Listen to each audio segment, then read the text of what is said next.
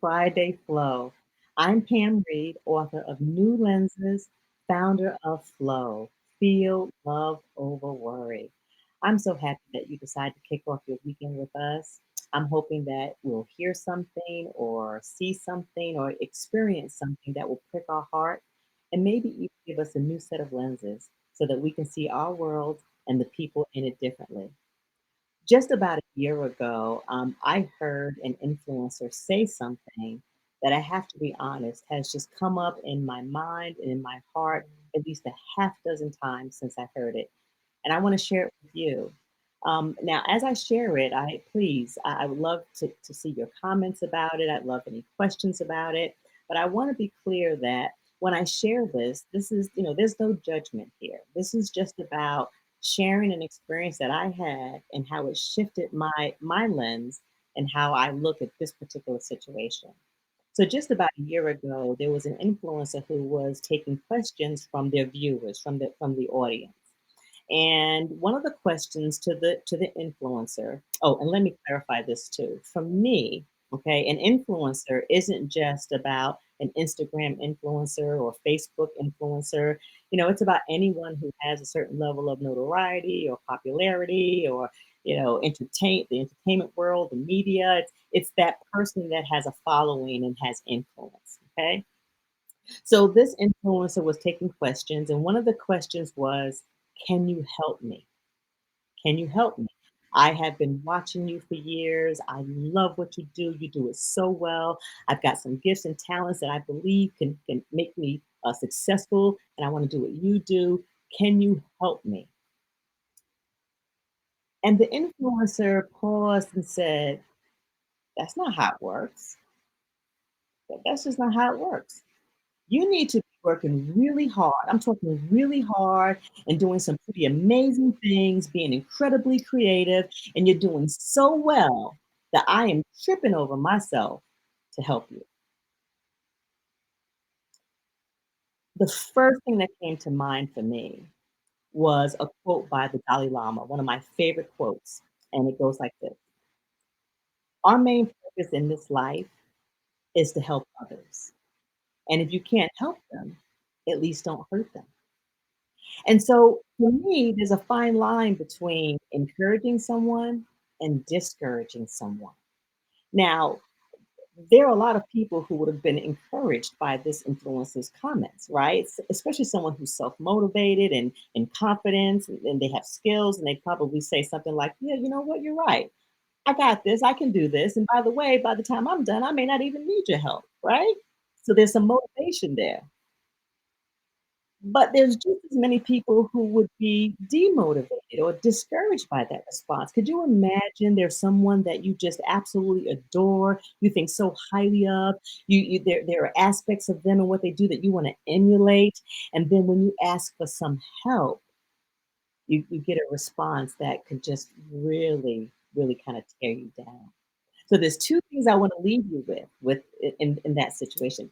The first is I want to remind you that you and we're influencers, right? We're influencers in our home, in our place of work, in our communities where we serve, in every aspect of our we're influencers. There's someone or people who are watching us. There's aspects of who we are and what we do that people would like to emulate, right? And in addition to that, the second thing is I want to remind you that as you're formulating this relationship with whoever this influencer is, right? Whoever it is that you follow, whoever it is that you think very highly of, and you spend a lot of time and energy, like just really focusing on that person's life, right? That as you formulate that in your mind and in your heart, because that's where it is, you don't have a personal relationship with this person. As you formulate that, I hope that you end up flowing right back. I'm talking flow, like feel love over whomever that is, feel love over whatever it is about that person that has you so entranced. I hope that you flow right back to the most amazing influencer I know and I follow. And you already know who that is, right? That's God. Jesus, right? He's like the best influencer there is. And I know that there are more people following my God than yours. And I also know that you don't have to be working so hard and doing all kinds of things and amazing things for him to want to help you. You don't have to be perfect and be doing these creative things for him to trip over himself to help you. No, he is ready to give to you wisdom, discernment, grace, power. All you have to do is ask. All you have to do is believe. All you have to do is invite him in, and he's there. And so that's what I want to leave you with before I invite our guest to join us today. This person is someone that I adore a great deal. She's a longtime friend of mine. She lives in Utah now, and I know there's a time difference, and she's been gracious enough in the middle of her day to join us. And she's going to share with us today, and her name is Laurie Thomas. Hey, Laurie, you're about to come in. Are you ready? I'm ready. Hi, Pam. You. Hi, how are you? I'm doing good. Thank you for having me. You're so very welcome. Okay. Laurie, we've known each other for a long time, and Mhm. we know a lot about each other's lives, and we've been sharing through the years. You Mhm. can talk a little bit about, how we are influencers and how we watch people who influence us. Um, when you think of that, if you had to pick one story or one instance that you could share with our viewers about that very topic, what would it be? Oh, I was listening the last couple of minutes to your introduction, and I think it's a great topic, being an influencer. I think all of us are influencers in one way or the other. We can either be a positive influence or a negative influence. And for the last 30 years of my life, I've been sober. And I guess the story that I would share with you is the story of how I got sober and what that has meant to my life and how that has influenced my life. Congratulations. Oh, thank you. Wow. Thank you. Okay. So, so how that kind of started, I got sober when I was 21 years old, which is a pretty young age to decide to quit drinking. But I have a drug history as well. And what started for me, like a lot of people in life, is in my teens, I started to party and hang out with a crowd of other teenagers that were not good influencers, and we partied a lot. And I think that that's common with a lot of most of society. But I started to drink and use drugs pretty heavily, probably heavier than the average person early on. And I as the years kind of went on in my teenage years through high school, my first couple of years of college, I got real depressed, and I wanted to change my life, but didn't really know how to go about doing that. And after a series of events kind of happened to me, I tried to stop drinking and using, tried to stop hanging around that group of friends, and was not successful. And there's a critical moment in in my life, and I was probably about 19 years old, and I was with a group of friends, and we were out camping and getting high, getting drunk, and again, those overwhelming feelings of wanting to change and wanting to stop this lifestyle and didn't know what to do. And for the first time in my life, and I have been raised in church, I think that that's important to note. It's not that I never went to church. My parents brought me to church as a child and a young adult, and I was regularly going to church, but not really hearing the message. And I was out with this group of friends, and in a desperate moment, just said out loud, "God help me."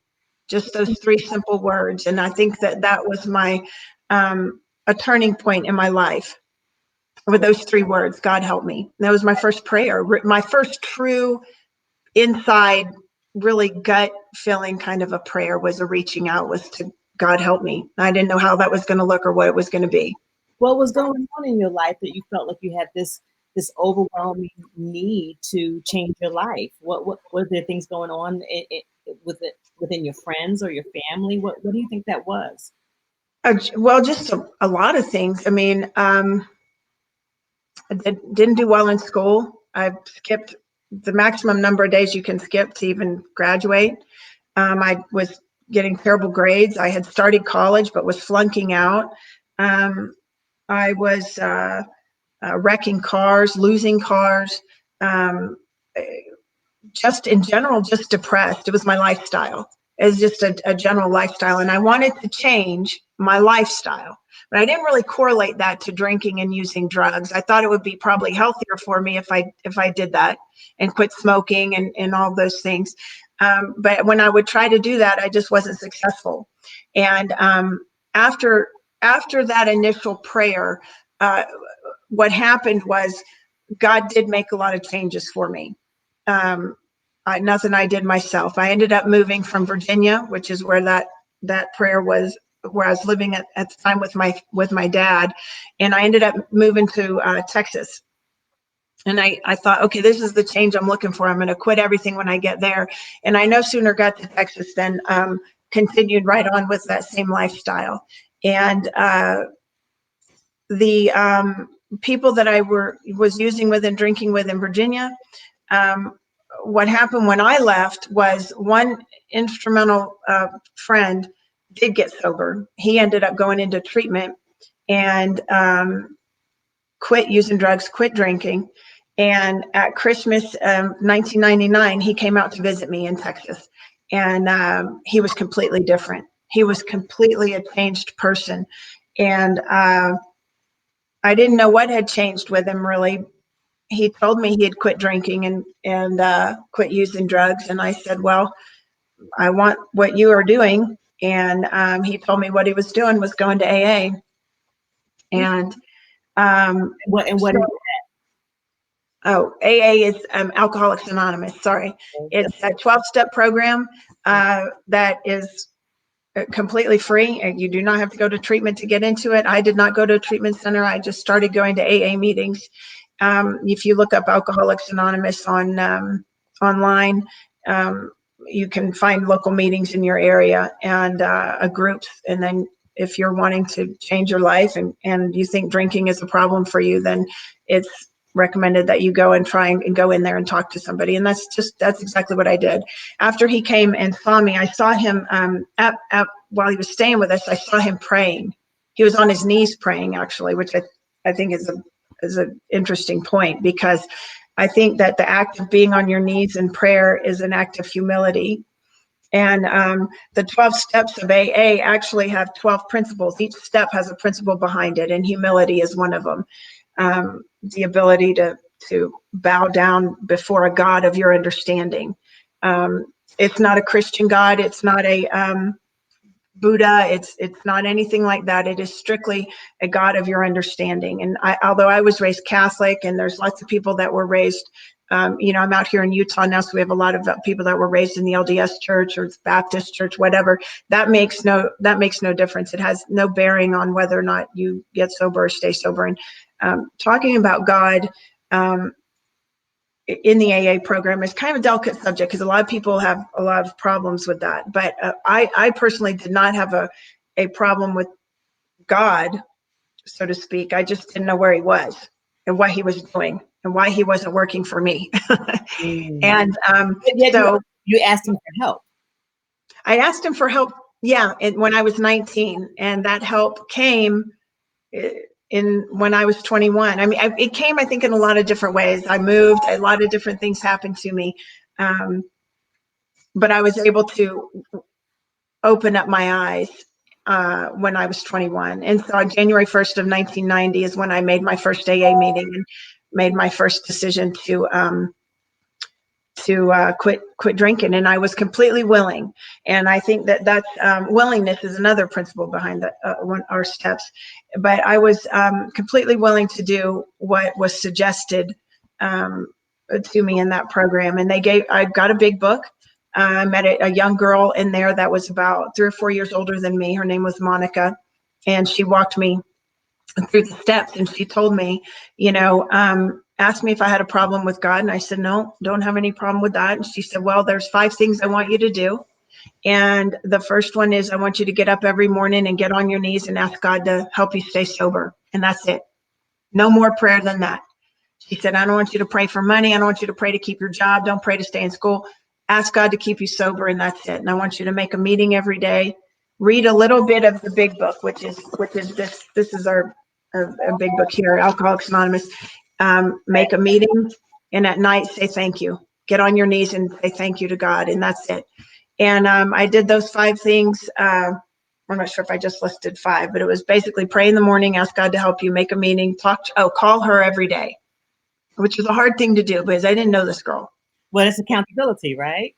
It was accountability, but it was also a way for me to make a connection with another human being who was sober, if that makes sense. And it was really hard. Now, It was really hard to do. was she someone who had a Yeah, problem? she had over a year sobriety at the time I met her, and had gone through the steps, and that was important because she wasn't really. I thought she was there to help me. She wasn't there to help me. She was there to help herself.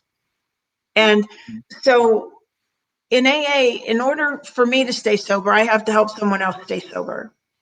Oh, And wow. it's about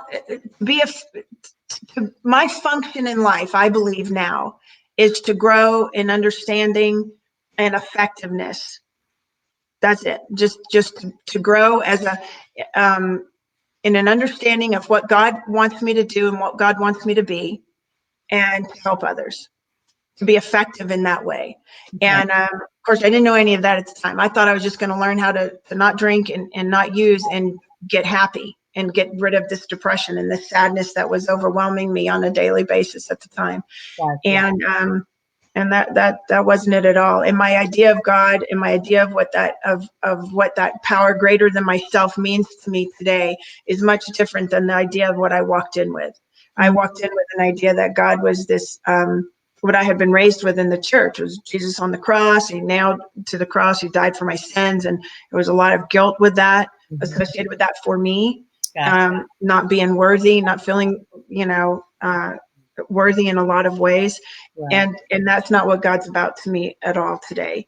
Right. That's something. We have a prayer in AA, and it's the Serenity Prayer, and it goes like this: God, grant me the serenity to accept the things I cannot change, the courage to change the things I can, and the wisdom to know the difference. And I say that prayer daily to this day. It is my go-to prayer. It's what I pray. And when I make that prayer, I think about the words that I'm saying and what serenity means to me. I want serenity in my life. I just want peace and a peacefulness, a calmness. And that comes when I let go and let God That's kind beautiful. of govern my life. You're talking about 30 years, and so I just want to say that's just so beautiful, and congratulations again. And what I'm hearing you say is that it's a consistent thing. It's a constant walk. I mean, I remember we traveled to Europe together. Yeah. I remember not a day went by that you were praying and looking in your book and doing your stuff. And if you recall, I didn't know what you were doing. All Mm-hmm. I thought was that, oh wow, here's a fellow Christian, a fellow believer, and she's doing her thing, and I'm doing my thing. But Mm-hmm. then when you start to share, and then how seriously committed you are to being who you are today, and acknowledging that you can't do it alone, that No. that is something that can be very influential to others. Mm-hmm. Yeah, it's and that's the thing about as far as influencing goes. So I try to be the best example of the big book that I can be. And what that means is if and for a lot of people a big book is the Bible. And that's I love the Bible. Lots of people turn to that. I hear God's word in the big book. God speaks to me in an AA room. God, I hear when people share in AA and in Al-Anon too, because I go to Al-Anon as well, and that's the program that is for families and friends of alcoholics and drug addicts. But Okay. God speaks to me there, and so when I have a problem or I've got an issue, I go there. I listen to others, and by this act of getting out of myself and stop thinking all about Laurie, I can listen to and talk with other alcoholics who are suffering, and I share my experience, strength, and hope with them. And that in itself is where I think my purpose is, and that's what God's got me doing. And I'm not the best example of it. Even, some people, you think that after 30 years I'd have everything together. I do not. I don't have my life together in a lot of ways. There's lots of changes that continue to happen in my life. Just recently going through a divorce and going through that. And during these difficult times, I'm not at this point, I know that God's got my back. If that makes sense. I know, because after 30 years, everything I've ever been through, Mm, God's never dropped me off, and so I know that whatever happens, I'm going to be okay, right, right. and I know that change is necessary in life. It's inevitable. All things change. Right. Life is changing. Everything changes. The plants, the trees, everything. And so if I try to resist it, which is what I was doing when I was drinking and using, I was trying to cope with life through these substances Mm, instead of embracing change. So when I try to resist change, it becomes um, a painful lesson to me in, that mm, I'm not gonna be able to resist change. right, I right. have to embrace it, and I have to um, do the best that I can with change. Sure. And the way for me to do that is to pray. I still get on my knees in prayer every day. Um, and when I work with other girls in the program, I say those very things that Monica said to me, because I personally believe, and not everybody. Some people pray with their hands out. Some people bow their heads. Some people hold their hands. There's all different ways of praying. For me, what makes me feel good and makes me bow before a God and is to get on my knees. It makes me understand and know that I'm not the one in charge. Right. It's hard to give directions when you're on your knees. It's hard to, it's hard to go like this to God when you're on your knees, It's Glory. much easier to ask God, please help me, guide me, direct my day where I can be of use. Please help me to be there and say the right things. Before we got on this talk, my prayer is the same prayer I pray every day before I go into a meeting. Speak for me, think for me, act for me. Help me to say something that may help someone. Glory. And, that's Beautiful. the basics of it. You have first of all, here it is. I'm hosting Friday Flow and trying to just, keep my emotions in check, right?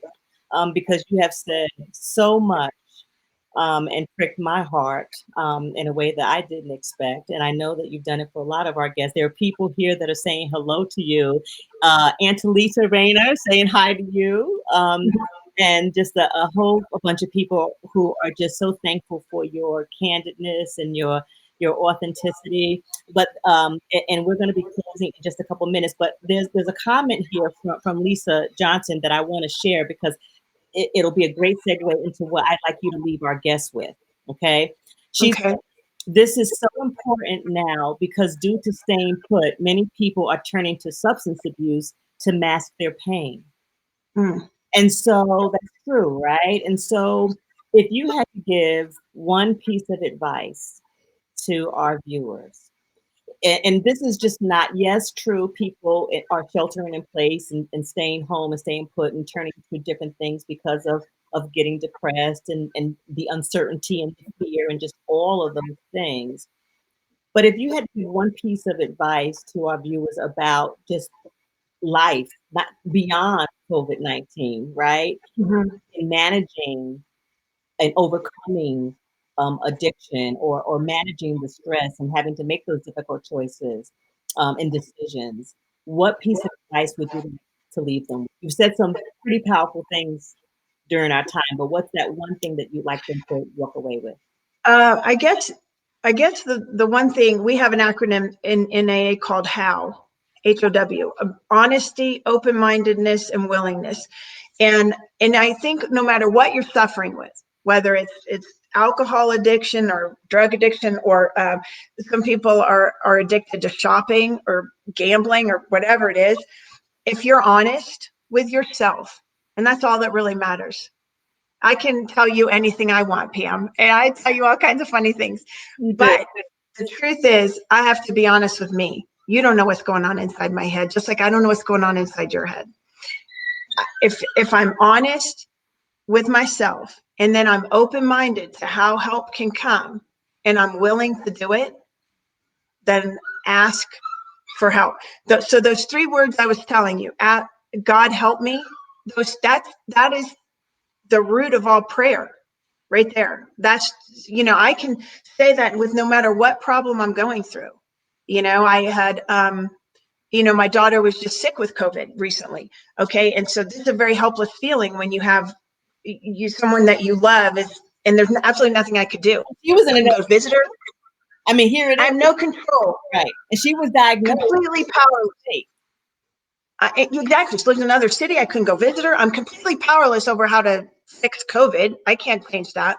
But what I can do is say, God, help me be and say and give her the love and support and whatever it is that she's needing. Help me to be that. God help me.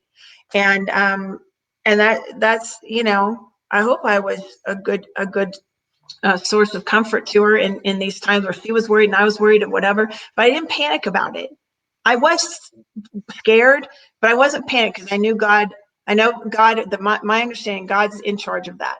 He didn't bring this beautiful child into my life to, have something crazy happen. And if he did, there's a reason behind it, so I trust that. And so that's the message I would give people is do the how, and be honest, open-minded and willing and ask for help if you need it. And then it will just come.